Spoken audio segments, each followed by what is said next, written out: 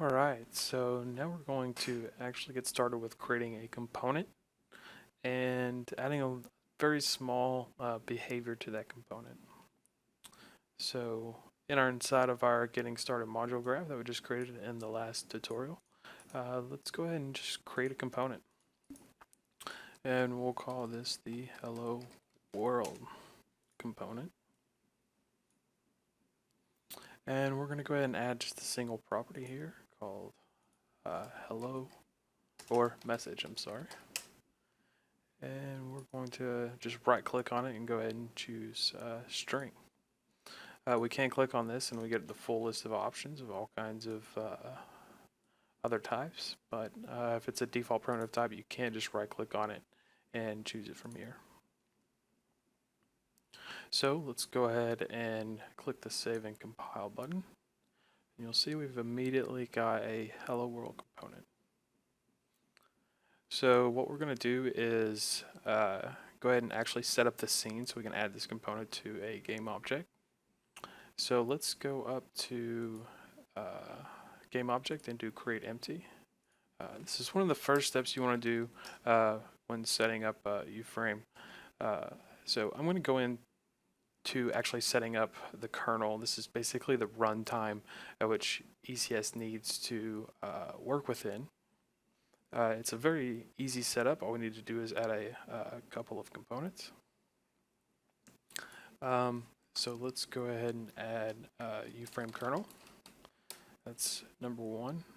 And let's add the ECS system loader. So this will handle all of the ECS specific stuff for making sure that it's loaded. And once we actually get a system, so I need to go ahead and create a system here. And let's call this hello world system. I'm going to go ahead and hit save and compile one more time. Let that load.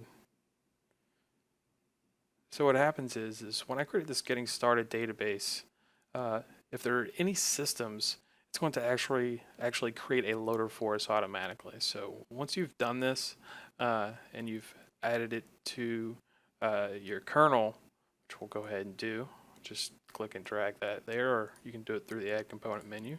It's going to be the name of your database loader. So once we've got this in there, we can forever work within uFrame ECS and not have to worry about any more initialization. Alright, from here let's actually add our hello world component that we just created there. So I'm going to actually do this on a button because we're going to make the button actually do something. So I've added the button, and now let's go ahead and add the hello world component to it. Alright, so you can see here that I've got the message as we've defined on our component right here. And if we're anywhere else, inside our graphs and we want a quick way to navigate to it, we can go to click on Edit in Designer and we'll actually navigate straight to this component and we can edit it and resave and compile in it, work as necessary. Alright, so now we want to actually make this button do something whenever we click on it. So let's go into our hello world system. And since we've deemed this button as a hello world button, let's go ahead and double click anywhere on the empty graph, and this works within the system. So I'm going to add a pointer click dispatcher. So basically this is a message from within ECS that lets us know that something has been clicked on. So since you could literally click on anything and this event would occur, we need to filter it based on what components we want to execute this handler within. So that's where this source property comes in, and we're going to go ahead and just set him to our only component, hello world. So basically this means whenever we click on a hello world button or anything that has hello world on it, and it can dispatch the pointer click handler, which I think is just about anything in the uGUI library, it'll actually invoke this handler. So I'm going to rename this to something more meaningful and call it hello world button clicked. and you can get creative on how you name these things. I usually try to make it something descriptive of what it is or what this handler will actually do. Alright, so let's just double click on that. That's how we kind of go into what's going to happen when we click on this button. So I'm going to go ahead and just drag straight from the handler, and this is how you create the initial starting action of when this event occurs. So we can just click and drag, and what we'll do is create a log message. So we've got it in our debug here, log message. Alright, so now we just need to connect a message to actually log. So since we created our message here, you can see that if we click on it in Designer, it jumps straight to it. We can go to it, and now we've got a nice little Hello World button clicked here. So let's just click back that and go back into our handler.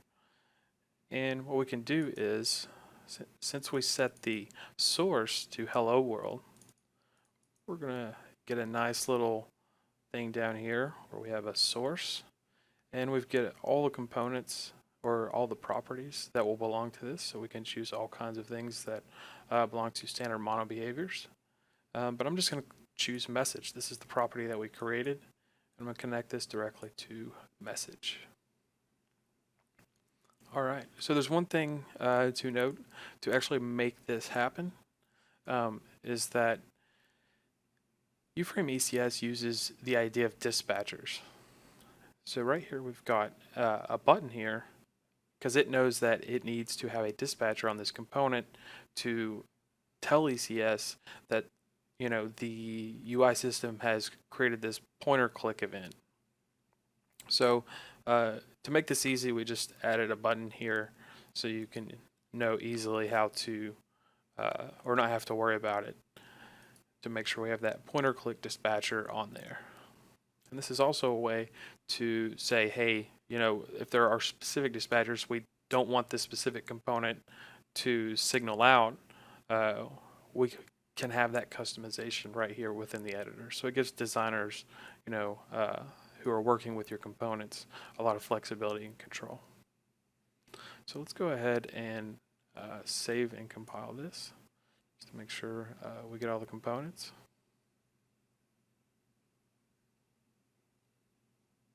Alright, we're good to go. So now whenever we run,